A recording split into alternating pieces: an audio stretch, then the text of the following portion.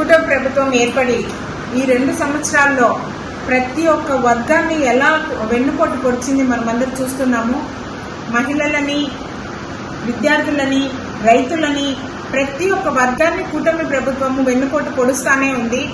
అదేవిధంగా మనం చూసినట్లయితే చిత్తూరు జిల్లాలో తోతాపూరి రైతులు పడే కష్టాలు అంతా ఇంత కాదు. ఎందుకంటే చిత్తూరు జిల్లాలో బాగా పండించే పంటలో మామిడి పండ్లు ఒక మేజర్గా ఉంటుంది. ఈ మామిడి పండు రైతులు గిట్టుబాటు ధరలు లేకుండా ఎంత అవస్థ పడుతున్నారో మేము చూస్తా ఉన్నాము. ప్రభుత్వము చాలా నిర్లక్ష్యంగా వ్యవహరిస్తోంది. అదేవిధంగా మనం చూసినట్లయితే గత ఏడాది తోతాపూరి మామిడి పండు రైతులకి కిలో 12 రూపాయలు ధర పలికింది ప్రభుత్వం చెప్పినారు. కానీ ఈ ఏడాది వచ్చి అది 7 రూపీస్కి తగ్గించేసినారు. పెట్రోల్ ధరలు పెరుగుతున్నాయి, డీజిల్ ధరలు పెరుగుతుంది, అండ్ పురుగుల మందులు కొనాలన్నా ఆ ధరలు పెరుగుతుంది, కూలీ ఖర్చులు పెరిగింది. ఇవన్నీ పెరిగినా కూడా రైతులకు ఎందుకు మీరు గిట్టుబాటు ధర, కనీస గిట్టుబాటు ధర కూడా ఇవ్వకుండా 7 రూపాయలకి మీరు ఎందుకు తగ్గించినారని మేము ప్రభుత్వాన్ని అడుగుతున్నాం. అదేవిధంగా ప్రభుత్వం నిర్ణయించిన 7 రూపాయల ధర కూడా కొన్ని గుజ్జు ఫ్యాక్టరీలు తీసుకోకుండా దాన్ని కూడా వెనక్కి పంపించేసి, లేదంటే దానిలో కూడా ఇంకా తక్కువ అడుగుతున్నట్టు రైతులు చాలా ఇబ్బందులు పడుతున్నారు. మేము ఒకటే అడుగుతున్నాం, రైతులకి 18 రూపాయలు ధర పలికేటట్లు వెంటనే ప్రభుత్వము మామిడికాయ రైతులకి 18 రూపాయలు తీసుకునేటట్టు చేయాలని మేము కోరుకుంటున్నాము. మనము అదే విధంగా చూసినట్లయితే వీళ్ళు ఒక మామిడి పండు రైతు ఎంత శ్రమ పడితే ఆ మామిడి పండు మన చేతికి వస్తుంది. అతను వెండనక వాననక కష్టపడి ఆ పండుకి సరిపోయే మందులు వేసి దాన్ని మంచిగా చేసి ఒక ఫ్యాక్టరీకి తీసుకొని రావాలంటే దాని యొక్క శ్రమ అనేది, ఒక రైతు శ్రమ అనేది మీకు కనబడలేదా? అదేవిధంగా మనం ఒక సూపర్ మార్కెట్కి వెళ్తాము, ఒక మామిడి పండు జ్యూస్ తీసుకుంటాం. ఆ మామిడి పండు జ్యూస్ వచ్చి 50 రూపాయలు 60 రూపాయలు ఉంటుంది. అక్కడైతే ఈజీగా అంత డబ్బులు ఇచ్చేసి మామిడి పండు జ్యూస్ తాగేస్తాము. వీళ్ళు కష్టపడే రైతులని ఆదుకోకుండా ఇలా వ్యాపారస్తులని వాళ్ళ యొక్క లాభాలని ఇంక్రీజ్ చేస్తున్నారు. కానీ రైతు పడే కష్టాన్ని మాత్రం వీళ్ళు గుర్తించడం లేదు.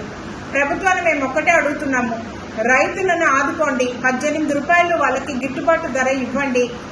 అదేవిధంగా ఇంకొక విషయం ఏమంటే, సీరియల్ సిస్టంలో మనం వచ్చి టోకన్స్ ఇస్తా అంటారు, ఎవరు ఫస్ట్ ఎవరు సెకండ్ అని. ఆ టోకన్ సిస్టమ్స్ కూడా లేకుండా వాళ్ళకి ఎవరిష్టమో వాళ్ళని పిలవడము, మిగిలిన వాళ్ళని అక్కడే పెట్టేయడము.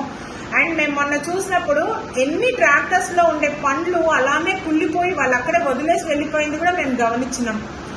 రైతులు ఇంత ఇబ్బందులు పడుతున్నా కూడా కూటమి ప్రభుత్వం ఎందుకు ఇంత నిర్లక్ష్యం చేస్తుంది అని మేము అడుగుతున్నాం.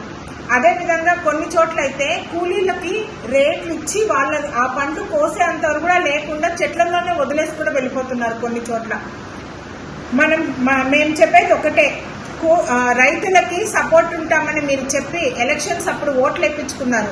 ఈ రోజు వాళ్ళు కనీసం గిట్టుబాటు ధర కూడా లేకుండా 7 రూపాయలకి వాళ్ళది కిలో తీసుకుంటే మామిడి పండు వాళ్ళు ఎలా బతుకుతారు?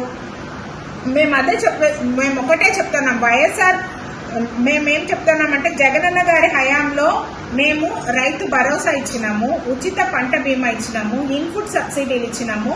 అలాగనే రైతు భరోసా కేంద్రాల ద్వారా రైతులకి అండగా నిలిచిన ఘనత మా జగనన్న గారి ప్రభుత్వంలో మనం చూసినాం.